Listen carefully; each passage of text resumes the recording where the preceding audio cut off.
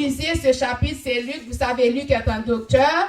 Et c'était l'une des meilleures amies d'apôtre Paul aussi. Quand tout le monde est abandonné à apôtre Paul, et lui, il était là à son côté parce que Luc était très, très, très gentil. Est-ce que vous êtes gentils, mes soeurs? Amen. Amen, amen. Je vais voir si vous êtes gentils. Hein? Après, je vais faire un sondage. Hein? Voilà. Et l'histoire nous a expliqué, et ce passage nous a expliqué l'histoire de deux sœurs qui sont Marie et Marthe, a reçu Jésus dans sa maison. Chacune a un caractère différent.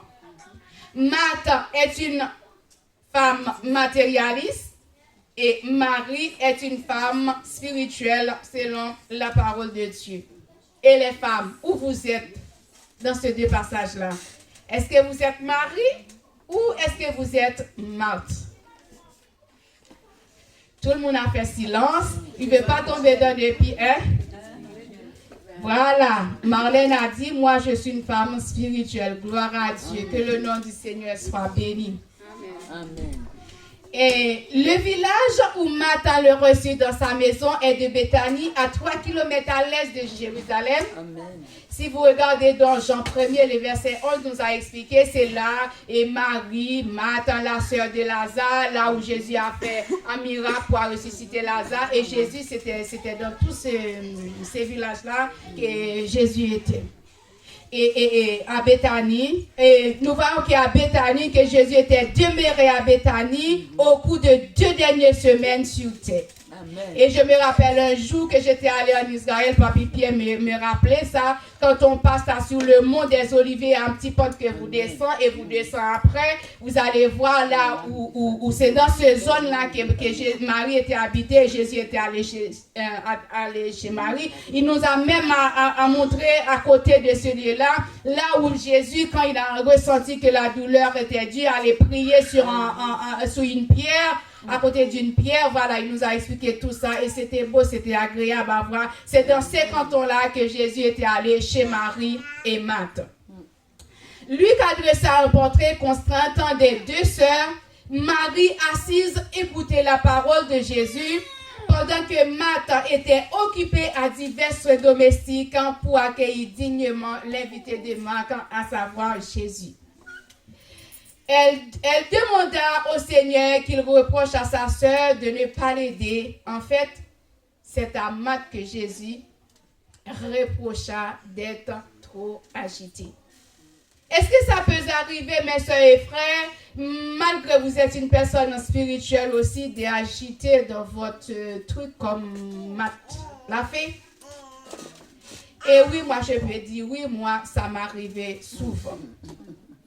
Et après que j'ai lu ces passages, j'ai commencé à faire un travail formidable chez moi parce qu'il faut rester au pied du maître. C'est ça le plus important, le plus essentiel pour quelles que soient les personnes, qui c'était femmes ou garçons, les enfants qui acceptaient Jésus. C'est notre primordial de rester au pied de Jésus.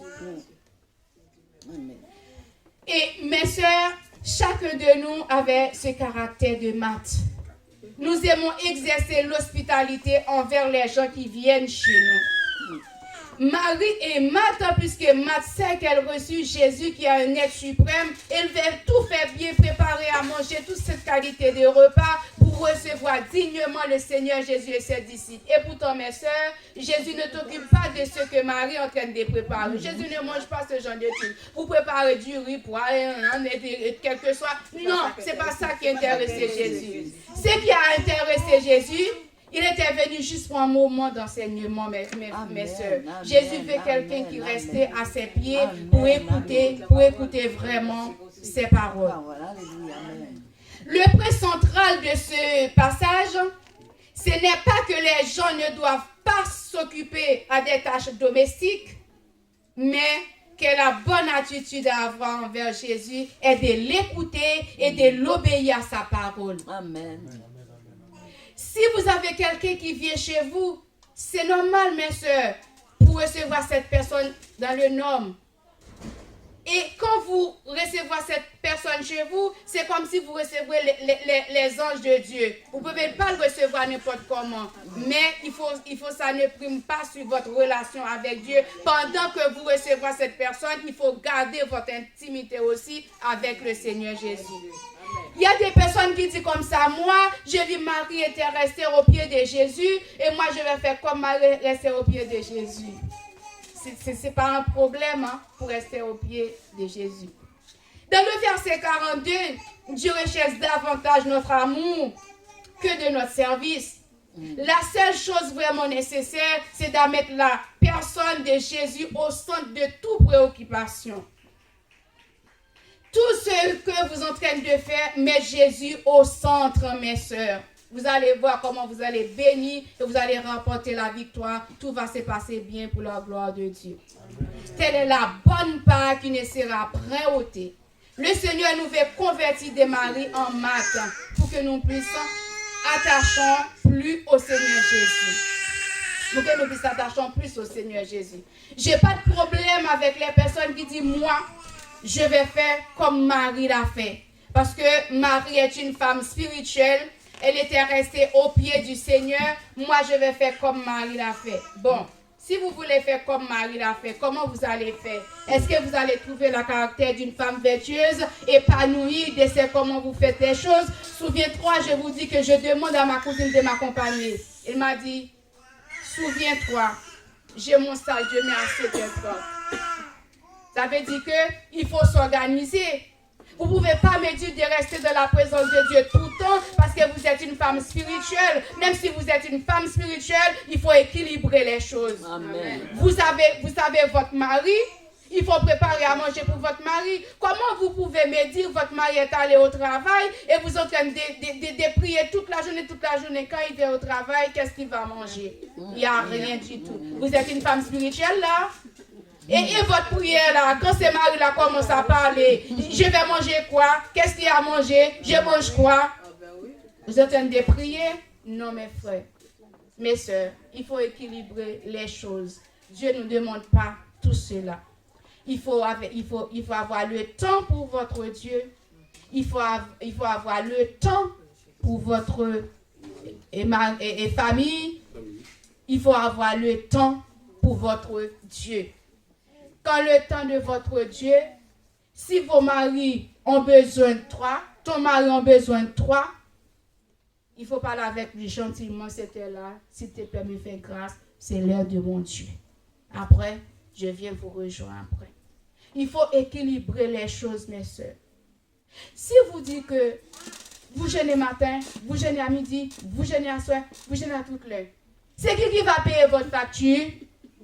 Comment vous allez faire? Vous vivez dans un pays, il faut payer tout. Il faut acheter tout. Vous n'avez pas de... Pour les gens qui habitent, qui vivent en dehors, peut-être il va cueillir une orange ou un citron, mais il faut acheter tout. Si vous restez jeûneux toute la journée. Vous savez, mes soeurs, il y a toujours de la manne. Dieu donne toujours de la manne, mais il faut le chercher. Voilà. Il ne tombe pas du ciel. Amen. Et si vous avez ce comportement-là, je n'ai pas le comportement de Matt. Je n'ai pas aussi le comportement de Marie. Mais regardez ce texte-là comme un miroir pour vous. Pour voir comment vous allez équilibrer les choses. Moi, j'ai vu si j'étais entre Marie et Matt, j'allais faire une balance. Et je me mets dans la balance et j'ai pesé. Je fais en sorte que ça ne tombe pas trop, Et je vais équilibrer les choses, mes soeurs. Amen. Jésus était venu juste un moment d'enseignement.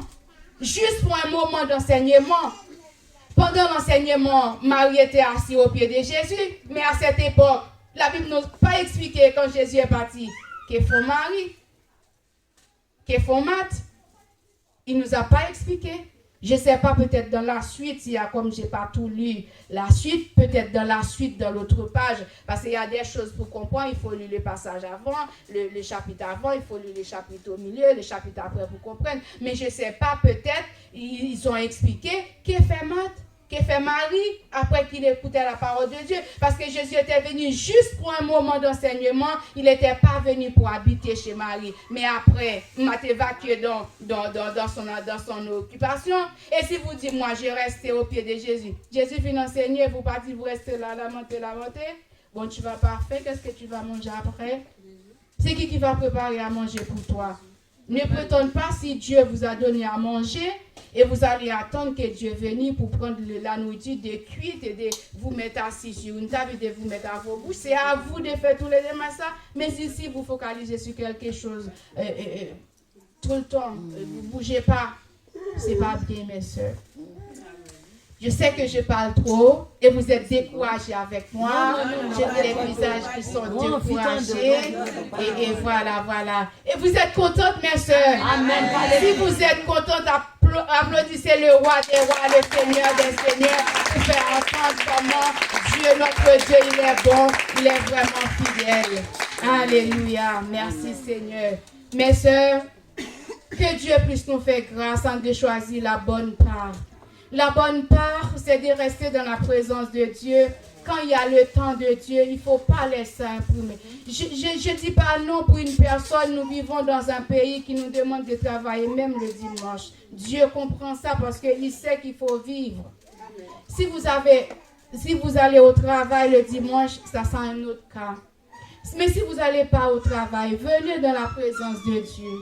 Même si vous ne restez pas dans les activités, mais il faut venir dans la présence de Dieu. Après une semaine de fatigue que vous passez, et quand vous venez dans la présence de Dieu, laisse-moi vous dire, il n'y a personne qui rentre dans la présence de Dieu pour sortir sans rien prendre. Parce que quand la parole tombe, c'est une semence qui vous fait, vous allez reconforter. Si vous êtes abattu, découragé, déboussolé, et cette parole que vous trouvez, vous allez retrouver la force pour passer une journée.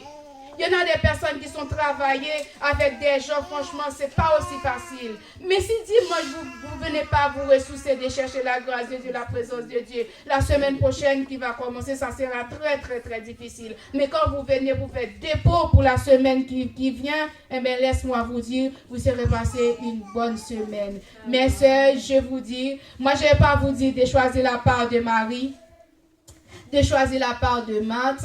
C'est vous qui savez qu'est-ce que vous allez faire, est-ce que vous allez équilibrer les choses.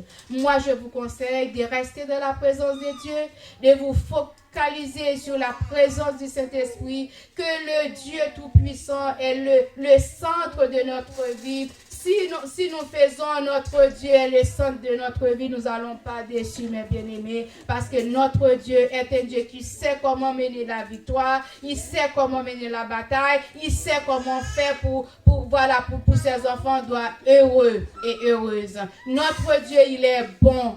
Il est bon, mes soeurs. Il est bon, il est fidèle, il est merveilleux.